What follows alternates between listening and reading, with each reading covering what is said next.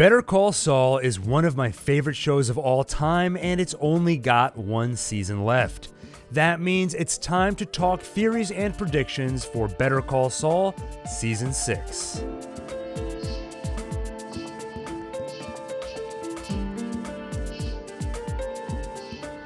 Five years ago, the journey of Better Call Saul seemed simple. Jimmy McGill slowly entrenches himself in the criminal underworld and becomes Saul Goodman. However, the show introduced layers of complexity, new characters, and other curveballs that make the final leg of this journey anything but straightforward. We have non-Breaking Bad characters like Kim, Nacho, and Lalo whose futures are uncertain. There are hints, and we'll certainly go through those, but their fates are largely unknown as we head into Better Call Saul's endgame. Even Jimmy's fate is uncertain. The Saul Goodman personality trapped within Gene was seemingly awoken in Season 5's opener. What's next for him? And even the Saul Goodman we see in Breaking Bad. Although we know his story to the extent it intersected with Jesse's and Walt's, we know very little of his personal and private life. To uncover the mysteries of what lies ahead, let's first briefly look back at Season 5's conclusion.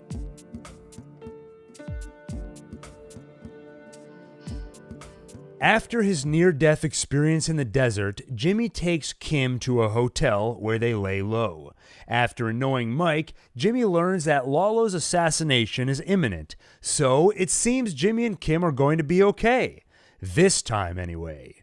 Jimmy believes that although they are, as far as he knows, free and clear of Lalo, something like this will happen again. That's the world of Saul Goodman. Kim insists that it is not going to happen again and instead lulls Jimmy into a romantic hotel dinner. During the meal, she tells Jimmy about her run-in with Howard. He told her all about Jimmy's antics throughout the season, bowling balls, prostitutes, and all. This leads into a playful conversation about the many ways they can get one over on Howard. They could put Nair in his shampoo bottle, for example. But after a romantic evening, Kim gives a more serious suggestion. What if they get Howard accused of misconduct? This would put pressure on Cliff to settle the long-pending Sandpiper case, putting about $2 million in Saul Goodman's pocket. Jimmy tells Kim that she'd never actually go through with this and that she wouldn't be okay with it. Slippin' Kimmy replies, "Wouldn't I?" and shoots Jimmy the patented Saul Goodman finger pistols. Meanwhile, a nervous Nacho unlocks the back gate at Lalo's compound, inviting in Gus's best assassins. They fail to kill Lalo, but do slaughter all his friends and associates at the house. Lalo suspiciously eyes the glasses he shared with Nacho and, almost literally, storms off. And thus ends Season 5 of Better Call Saul. Now, let's look ahead, starting with Nacho and Lalo.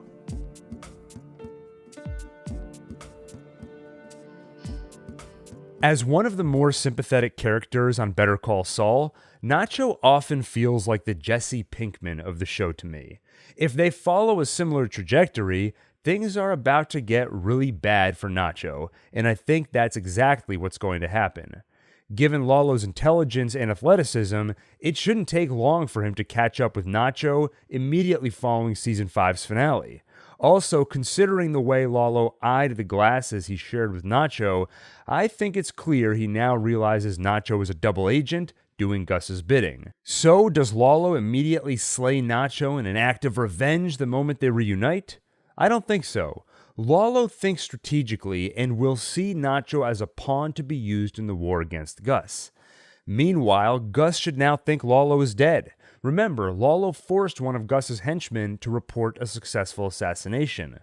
So, Lalo can threaten Nacho's father as leverage and turn Nacho into a triple agent with two puppet masters, Gus on one side and Lalo on the other. With the faked assassination, Gus won't suspect Lalo of pulling Nacho's strings. Though, considering how smart Gus is, we have to assume it won't take long for him to discover Lalo is alive, at which point he'll likely try to play Nacho against Lalo all over again. If Nacho walked a tightrope last season, Next season, he'll walk a tightrope where one end is on fire, slowly catching up to him, and a vat of man-eating sharks wait below. Squeezed in a vice between Gus and Lalo, with his father's life on the line, he'll be forced to take offensive action. For this, he'll need to turn to Mike and Saul for help, who both also have a vested interest in ensuring Lalo's demise. So, the stage is set for all-out war next season. However this battle plays out, it seems likely that Mike and Saul are able to facilitate Nacho's escape from Lalo's clutches. Unlike Kim, we have a little fodder for speculation from Breaking Bad because Nacho and Lalo both get mentioned by name in that series. When Jesse and Walt kidnap Saul, he believes Lalo is behind the kidnapping. He begs for them to spare his life by yelling, "No, it wasn't me, it was Ignacio, he's the one!" Oh no. Oh, no. Ignacio is, of course, Nacho's full name. This would imply that whatever offensive strategy Nacho and company enact, it ends with Lalo defeated but not dead. Otherwise, Saul wouldn't jump to the conclusion that Lalo is behind the kidnapping. Perhaps, with Saul's legal expertise, they're able to get Lalo arrested. It's already been established that, even behind prison walls, Lalo has power. Certainly power enough to arrange for the kidnapping of a scummy lawyer. Speaking of which, let's talk about Saul Goodman himself.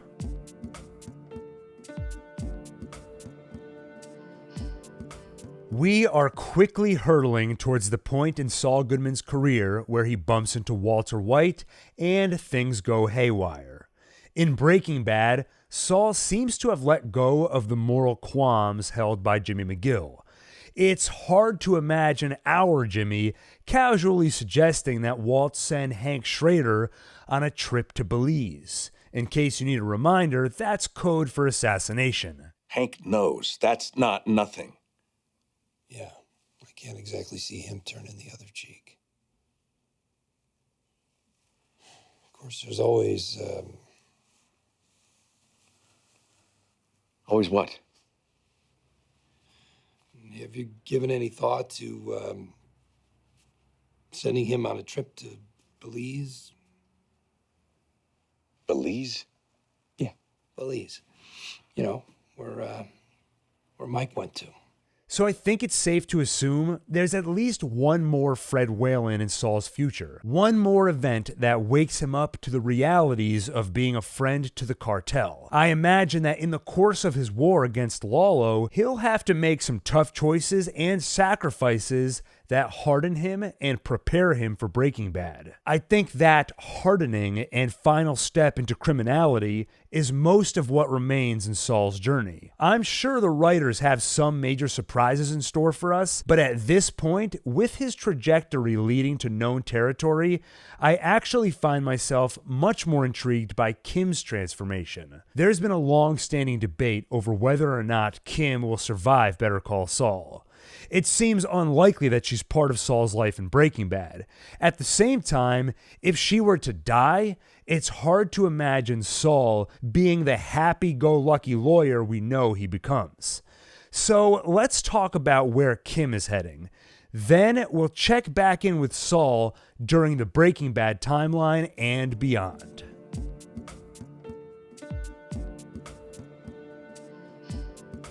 To understand Kim's position heading into Season 6, we need to consider one of Better Call Saul's major themes, coming to terms with who you are. We saw this when Mike accused Gus of trying to balance the scales in the episode Dedicado a Max. They have no idea you financed the whole place. I prefer it that way. The anonymous benefactor. Well, that must make you feel pretty good. And is that supposed to balance the scales? Make up for everything else you do? It makes up for nothing. I am what I am. Gus accepts who he is more than anyone, and it's no coincidence that he's one of the most successful characters on the show. This conversation resonates with Mike as his character seems to lock into place by the season's end. He tells his daughter-in-law, Stacy, that he's better now. When she asks why, he explains that he decided to play the cards he was dealt. In other words, he's no longer fighting who he is. He'll work for Gus and carry out his orders, even if they fall into the gray area Vince Gilligan and Peter Gould love to explore. Kim seems to struggle with defining herself more than any other character on the show. Who is Kim Wexler? Is she the up-and-coming lawyer at Mesa Verde? Is she the last line of defense between the system and the underprivileged? Or maybe she's a con artist who goes by the moniker Giselle. The best example of this is in the latest season, where Kim hatches a scheme with Jimmy to save Mr. Acker's home, and at the last minute tries to stop it. She dips into the world of Saul Goodman, only to change her mind and attempt to return to legitimacy. By the end of season 5, has Kim figured out who she is and accepted it? I think the answer is mostly yes. This is what allowed her to make a major decision like quitting Schweikart and Coakley. Taking that kind of a risk and making big decisions are part of the Gus-like superpower you gain when you come to terms with who you are. After being played by Saul, Kim has taken a firm grip on the reins of her life and won't let go again. She is finally going to focus her efforts on helping the underserved. Through her pro bono work, people will get representation typically reserved only for the wealthy. Before leaving Schweikart and Coakley for good, Kim returns to her office and grabs a souvenir, a stopper from the bottle of Zafiro Añejo she acquired as Giselle back in season 2. She's accepted Kim the con artist as part of who she is, meaning I don't think we'll see her flip-flop again. Where in season 5, she wanted to stop the Kevin plan at the last second, in season 6, I don't think she'll back down from hurting Howard, even if Saul tries to stop her. That's my prediction for Kim in the final season. We're done seeing her flip-flop. She's full steam ahead on taking down Howard. Then the question becomes, so what? What happens next? I see a few possibilities. 1, Kim succeeds and everything goes according to plan. 2, Howard fights back and Kim either loses or wins but suffers greatly to do so. 3, the plan backfires and essentially ends Kim's career. The first option, everything goes according to plan, seems less interesting on the surface. However, the Breaking Bad Better Call Saul universe is one where characters constantly change. So if Kim and Jimmy are successful in taking down Howard, Kim will somehow evolve through the process. The writers caught most of us off guard last season, reminding us that Kim's moral compass isn't as functional as we thought. I have a feeling they'll run with this thread, and Kim's evolution will be one that takes her further into dark territory. I should note, I don't think Kim is becoming more evil or anything like that. Rather, I think we're seeing something that's always been a part of her. She's only now choosing to fully embrace it. If you reflect back on the series, Kim's objections to Jimmy's antics have often come from a place of avoiding consequences. If you're going to break the rules, you need to break them in a way so that you don't get caught. Her objections have not typically come from a place of moral concern. I believe her moral compass points towards helping the less privileged. If there's collateral damage, like Howard Hamlin's career, so be it. Her stated plan is to take a portion of the Sandpiper earnings to open a pro bono practice. She wants to have her moral cake and eat it too. Unfortunately, in the Breaking Bad universe, consequences are real. You don't get to balance the scales by doing a little evil to fund a little good. My prediction is that Kim wins and Howard loses. This strengthens Kim's resolve as a Robin Hood-esque character, leading to riskier endeavors. Ultimately, one of these endeavors comes close to ending her career or sending her on the run. Partnering with Saul, she pulls through and survives, career intact. Massive relief. This storyline may even dip into the Breaking Bad timeline, lulling us viewers into thinking, wow, maybe Kim makes it. Maybe she's around during Breaking Bad, lurking between the scenes. Then, Howard shows up and asks, "Jimmy, have you thought about that job offer?" Just kidding. Howard shows up with either proof of what meddling Kim did to frame him or something else damaging to her career and life. Whatever the specifics, I think it ends with Kim losing her career shortly after starting her dream job. She opens the pro bono practice and things are great, but ultimately they are undone by the sin that funded them. Many of us have assumed her downfall will be as collateral damage to Saul Goodman. I think it's much more likely and more interesting that Kim's unraveling will be a consequence of taking a ride on Bad Choice Road. At this point, I think Kim leaves Jimmy and Albuquerque behind. She can no longer be a lawyer or live the dream she'd long sought. Therefore, sticking around Saul Goodman and all his lawyerly antics would be a pretty painful reminder of what's been lost. Also, after reflecting on who she's become and how far her moral compass has gone askew, I think she'll want a fresh start. That could mean moving somewhere new to hit the reset button, or depending on how hard Howard presses, it could mean calling Ed the Disappearer to avoid a prison sentence. That could, by the way, be how Ed the Disappearer is introduced into the show's mythology, as we've yet to see him mentioned outside the Gene story. Kim has always been the hardest character to predict, so just for fun, I'll throw another possibility out there. It's safe to assume that Lalo or another villain will threaten Kim's life as leverage against Saul. We've seen it happen already, so I'm sure it's not a tactic Lalo will take off the table. We've also seen that Kim can fend for herself and stand toe-to-toe with Lalo. Maybe she becomes more involved in the war between Gus, the cartel, and the Salamancas. Ultimately, Kim is key in defeating Lalo, and after a taste of cartel life, she wants more. Kim quickly rises up the ranks, surpassing even Saul Goodman, to become entrenched in the broader criminal world. Perhaps Madrigal needs to hire a new in-house lawyer. Kim moves up and away from Jimmy McGill, Albuquerque, and her old life. Maybe. Either way, I don't think that's the end of Kim's story. I tend to be an optimist, and I'm holding out hope for a Kim appearance in the Gene timeline. Before we get to that, though, let's talk about what happens when Better Call Saul inevitably collides with the Breaking Bad timeline. First, quick reminder, if you haven't done so already, to hit that subscribe button and the bell icon so you get notified the next time we do a video or the next time we go live.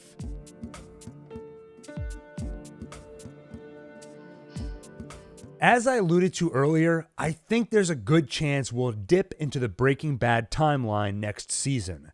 I don't think it'll just be glossed over or skipped entirely to reach the Gene story. In a way, telling any of Saul's story in Breaking Bad seems limiting because they can only play between the cracks of what we already know. However, another way to look at this is it gives the writers a chance to seriously play with audience expectations. For example, it feels safe to assume Kim won't be around. But what if she is? What if Nacho somehow played an unseen role in Breaking Bad?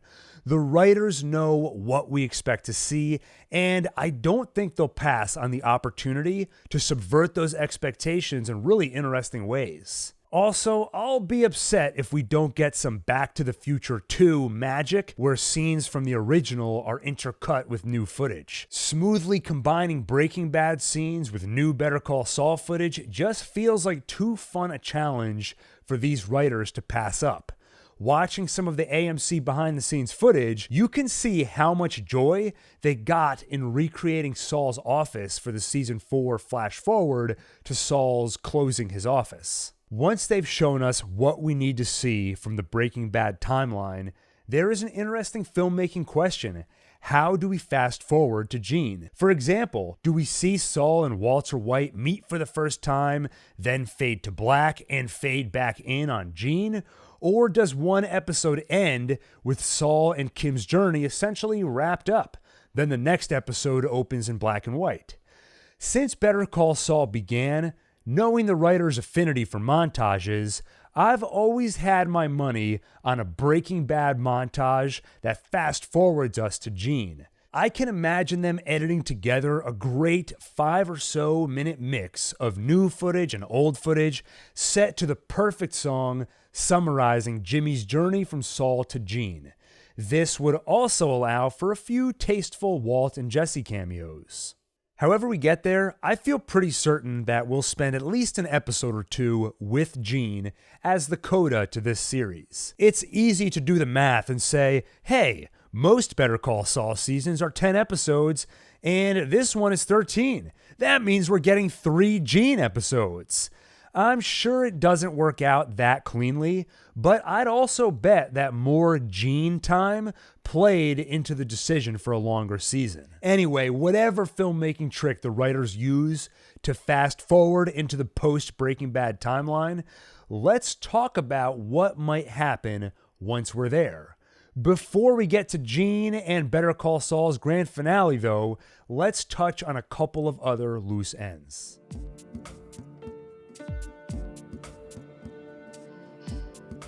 By the end of season 5, I feel as though Mike has essentially become the Mike we know from Breaking Bad. That's not to say there's no development left for his character. For example, he's clearly still feeling the fallout from Werner's murder, and he'll likely have some tough choices to make when it comes to Nacho versus Lalo versus Gus. However, I think he'll serve as more of a supporting character in the final season. For example, in the episode Bagman, he played a prominent role, but rather than teach us about Mike, he taught us about Saul. He prompted Saul to think about why he's doing all this and taught Saul the lesson that Kim is now in the game. I think Gus will play a similar role. Better Call Saul has already added more layers to this fascinating character. I'm hopeful we'll get more windows into his backstory next season, but I think he'll largely be there as a supporting character, helping to shed light on our protagonists. For example, his constant pushing is largely what's forced Nacho to take action, and further revelations on the Nacho character will come from Gus's presence.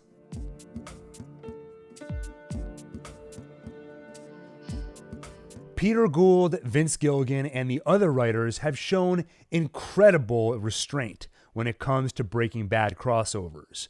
It would be so easy to grab the ratings bump and tell people, hey, Walter White shows up in the next episode. Given their restraint, we've come to trust the writers that any Breaking Bad appearances will be tasteful and organic. So, entering the final season, as we come closer to the Breaking Bad timeline, will they finally take the plunge and give us appearances from Walt or Jesse? It feels like the opportunity is too enticing to say no. Interviews with Peter Gould and Vince Gilligan all point to Better Call Saul likely being the last entry in the Breaking Bad verse, at least in the foreseeable future. So if they don't put Bryan Cranston and Aaron Paul into the final season, they might miss their last chance to work with them in these roles. However, I honestly have a hard time picturing how this will work. I don't think they'll use Better Call Saul to tell us anything new about Jesse or Walt. However, either or both of these characters may be used in service of further developing Saul, in the same way that Mike helped to further develop Saul in the Bagman episode. Whatever the nature of the appearance ends up being, I think it'll be brief. For example, I mentioned the possibility of blending new scenes with old footage to show some of what we didn't see from Saul during Breaking Bad. Perhaps Bryan Cranston and Aaron Paul will shoot some new footage primarily to help in this blending of worlds. I'd love for them to subvert my expectations and show that there's some surprising way to use Walt or Jesse in a significant role while still feeling organic and tasteful. However, this feels nearly impossible, even for the amazing writers behind Better Call Saul. Anyway, without further ado, let's talk about Gene and how Better Call Saul may end.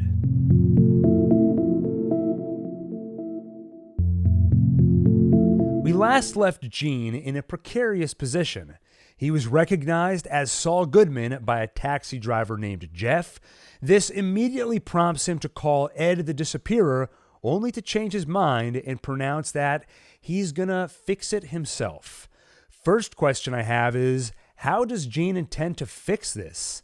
If he were Walter White, I'd guess his next steps are to figure out Jeff's favorite artificial sweetener and lace it with ricin. However, I don't think assassination is what Gene has on his mind.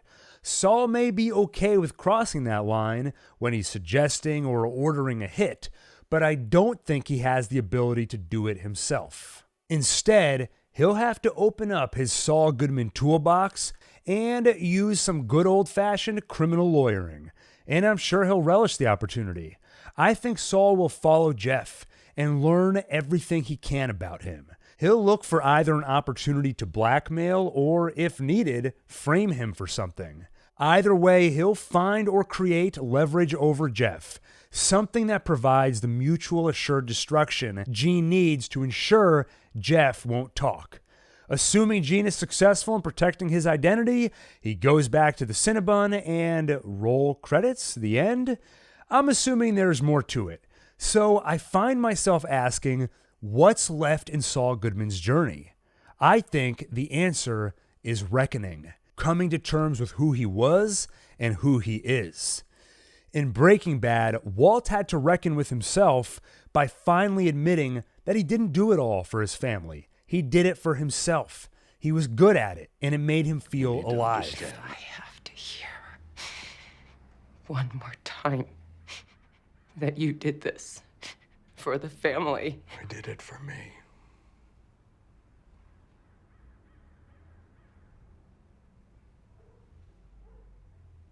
I liked it. I was good at it. And I was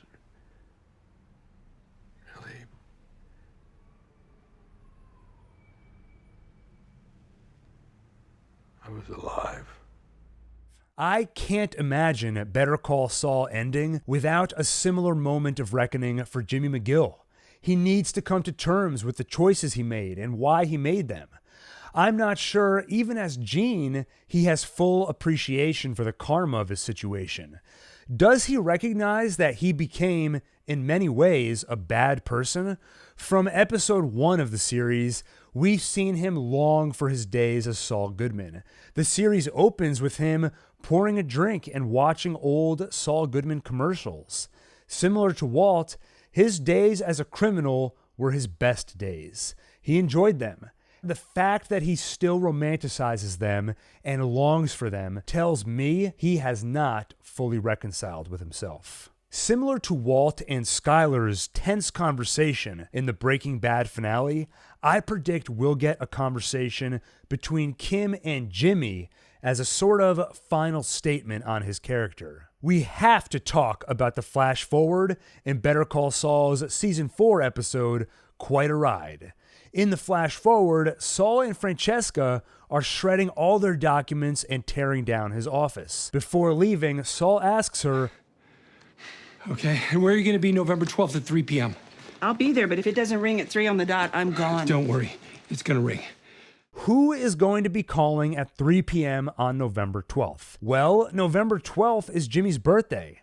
If at this point in the series, Kim is on the run or just completely out of Jimmy's life, is it possible they have an annual tradition of her calling him on his birthday? Perhaps they are completely out of touch. Maybe Jimmy doesn't even know how to reach Kim, but they have at least one check-in each year. Kim calls at 3 p.m. on November 12th to wish Jimmy a happy birthday. Even if the two are separated, I think they've been too important in each other's lives to walk away with absolutely no contact. My prediction is that Jimmy has left Francesca with some piece of info to pass on to Kim the next time she calls. This information will give Kim what she needs to track down Jimmy as Gene in the post-Breaking Bad timeline. So Gene takes one last ride as Saul Goodman to protect his identity. He meets up with Kim. Then what? There are so many ways the show can go in its finale. Personally, I'm crossing my fingers for a happy ending. Breaking Bad showed us the absolute moral and physical disintegration of Walter White. I'd love for Better Call Saul to show us the flip side of that coin. I believe Jimmy McGill's a good person who has gone astray. Bad circumstances taught him the wrong lessons, and his talents unfortunately aligned perfectly with some awful things. I'd like to think Gene can achieve some reconciliation for himself, make peace with what he's done, and find some way to move on. I'd love to think whatever's next for Gene, Kim is a part of it. But in terms of happy endings, that might be a bridge too far. In fact, when we meet Kim in the post-Breaking Bad timeline, I wouldn't be shocked if there were some allusion to a post-Saul Goodman husband or serious relationship. She's moved on, but she's happy with whatever new life she's carved out for herself. Perhaps she's also found a new way to help people that doesn't require her to be a lawyer. And perhaps seeing Kim happy will show Jimmy that although he's left his old dreams behind, he too can find some meaning in life. They part ways, and Gene, although alone, smiles as he reflects on the new life he is about to begin. Maybe I'm too much of an optimist, but that's the sort of bittersweet ending I'd love to see for Jimmy McGill. Anyway, we've been on an amazing journey with these characters. I can't believe it's almost at an end, and although I'm sad to leave this world behind, I can't wait to see its conclusion. With that, I'll wrap up by asking, what do you think lies ahead in Better Call Saul's final season? Do you agree with my predictions, or do you have your own take? Did I miss anything you'd like to bring up? Let me know in the comments below, and we'll keep the speculation going. And if you enjoyed this video, please go ahead and hit the like button, hit the subscribe button, and of course the bell icon so you get notified the next time we release a video or the next time we go live. Thanks for watching, and see you on the next OneTake.